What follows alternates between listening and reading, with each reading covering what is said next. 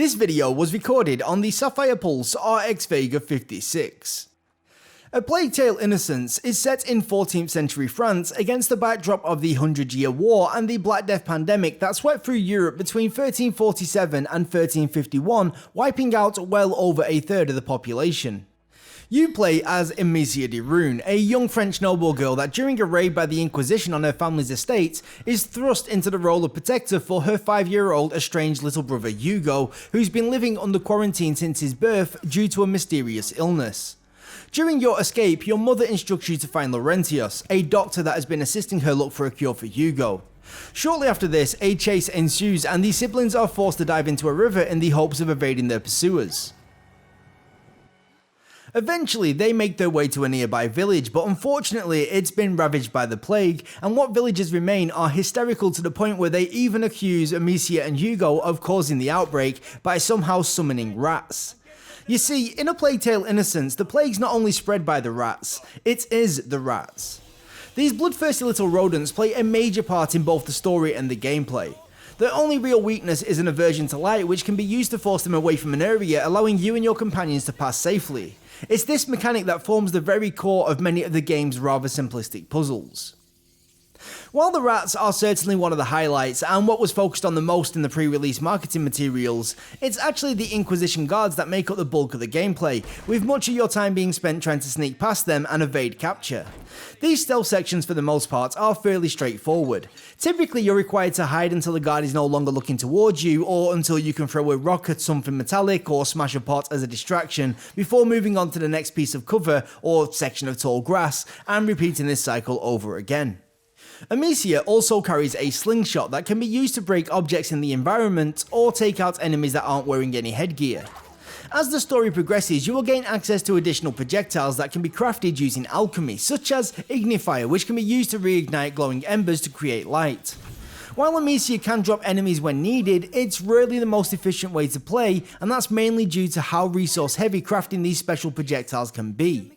Throughout the environments, often in chests or just off the beaten track, you will come across various crafting materials that can be used to either upgrade your equipment at workbenches or craft additional single-use items based on alchemy recipes. The upgrade system, while fairly basic, allows you to do stuff like increase your carrying capacity, improve your slingshot, or help you perform certain actions without making as much noise. Serves him right. It's noisy. Try to be a bit more enthusiastic, will you? Crafting materials aren't the only reason you're going to want to spend a little bit of extra time searching the environments, as collectibles are also scattered throughout the world. These mainly fall into 3 categories, which are gifts, curiosities, and flowers. Without a doubt, it's the flowers that end up feeling like the coolest things to find, as they trigger small little interactions between Amicia and Hugo, which are really kinda sweet. They're carnations. We had some in my herbarium, but those ones are prettier. Hugo, we have to keep moving. Wait, come here. What? It will protect you, and it's pretty too. Oh. Alright. Now we can go. Thank you, Hugo. You're welcome. Early on, you will mostly be dealing with either guards or rats separately. However, the game is at its best towards the second half, where you are frequently forced to engage with both rats and guards at the same time. It's these sections that really up the ante, while also giving you some more freedom from the early game's tutorial-esque style gameplay. One area where I feel the game misses the mark is in the difficulty. Not only are most problems overcome by simply doing a set of actions in the correct order, but there is also some very excessive handholding by the developers. I mean, in order to ensure that you are never blocked from progressing due to a lack of resources, there will always be enough pots, rocks, and materials to get through any given area within said given area. Also, there is a very forgiving autosave checkpoint system that means that even if you do make a mistake, it's not like you're going to lose much, if any, progress.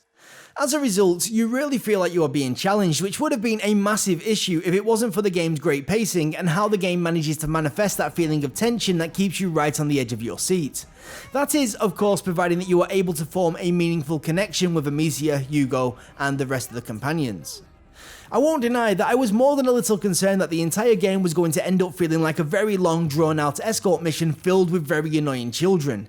However, thanks to very good writing and clever design, these concerns never came to fruition. Amicia and Hugo are joined by the hand for most of the game, allowing them to move as one, meaning that you don't really run into any of those issues that you see in games that use AI-controlled companions. Also, I found most of the children to be very well written and performed. Now, maybe this is because of my age, or maybe because I'm expecting a child of my own soon, but I found myself genuinely invested in seeing these kids survive and achieving their goals. This world is a cruel and dangerous place. These children have seen horrific sights and even had to do some awful things in order to survive, and yet they manage to still, well, be children, with vivid imaginations and lots of hope. I think it's that contrast between the corruption that fills this world and the innocence of youth that really defines this game's identity. No! Loose the dragon! Come on, back off, you bastards! Retreat before Amicia the Amazon and Melly the Fury! What? Melly the Fury? I told you you didn't know me. Now, audio is one of them things that I rarely spend too much time on in these videos. However, ignoring the sound here in this game would be criminal. Not only is the voice acting on point, but there is also a dynamic adaptive soundtrack that manages to sync up with the gameplay flawlessly. It's little details like how the volume of certain instruments in the mix will change based on the distance between Amicia and a guard, or how the violins play in time with the movement of the rats, that really portrays a level of polish rarely seen outside of the realm of AAAs. In fact, here is a quick clip to demonstrate. I'm too big. You'll have to go in and open the window for me. But they'll see me. I'll keep him busy. Trust me.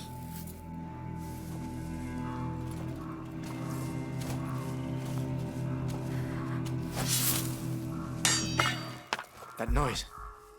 Better go see what it was.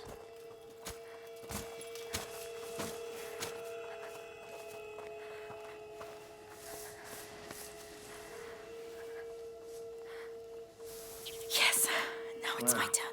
It was nothing.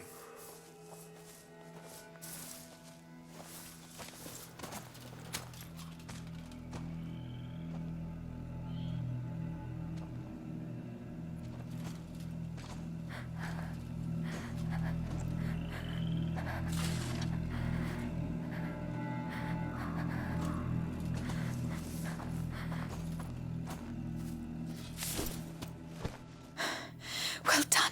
Amicia, we have to get out of here. These awesome production values go well beyond just the rats and the audio. Nearly every single aspect of the presentation has been given a similar level of polish. A Plague Tale Innocence is a great example of what a small talented team of developers with a relatively small budget can achieve with properly managed expectations and bucket loads of passion. The developers even went as far as creating their own bespoke game engine. This really surprised me, as early on I would have sworn down that this game was running on Unreal Engine 4. It was not actually until I noticed a kinda dated form of screen space ambient occlusion that I decided to look into what engine the game was using. Building an engine from scratch is no small feat, and yet it appears that Asobo have absolutely nailed it. This was likely done in the first place to properly optimize the technology behind the rats, as getting up to 5,000 of them on screen at once is no small feat. Now, it's fairly obvious that some sacrifices have got to be made in order to display this many individual rats on screen at the same time. Visually, the swarm are very impressive, with a surprising amount of detail given to each rat. Even in darker areas, you are still able to make out the individual rats thanks to clever visual design. Their dark brown coats have got this oily sheen to them that acts as a highlight, and their bright red eyes pierce the darkness even in pitch black areas. When left to their own devices, they do swarm fairly naturally, at least as naturally as you can expect animals to swarm when they've got no real objective.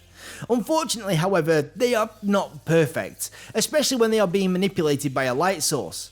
If you trap them in a corner, they will often all stack up on top of each other and glitch out in a way that looks really kinda janky. I just wish that they had the option to dart past the player in a harmless state rather than getting locked into position like they do. Truth be told though, I am pretty much just nitpicking, as most of the time they do indeed work as intended, and visually, I can't state this enough, they look super impressive in action.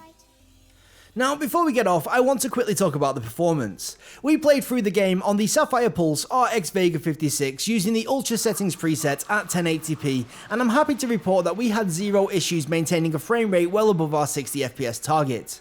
One thing that I would like to point out, however, is that the frame rate was extremely variable, so this is going to be one of those games that would once again benefit from a FreeSync display or a 60Hz VSync.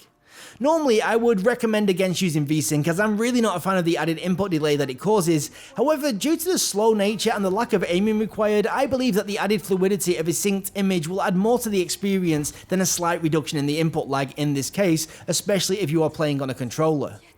The area of performance that really surprised me the most was the swarms of rats. I mean, considering that there can be thousands of them scuttering around the screen at once, the frame rate is still holding solid in these sections, which is very impressive stuff indeed. In conclusion, A Plague Tale Innocence is a great example of what a smaller team with a modest budget can achieve. It's very easy to see that every single aspect of the game has been crafted by people that really care about this project.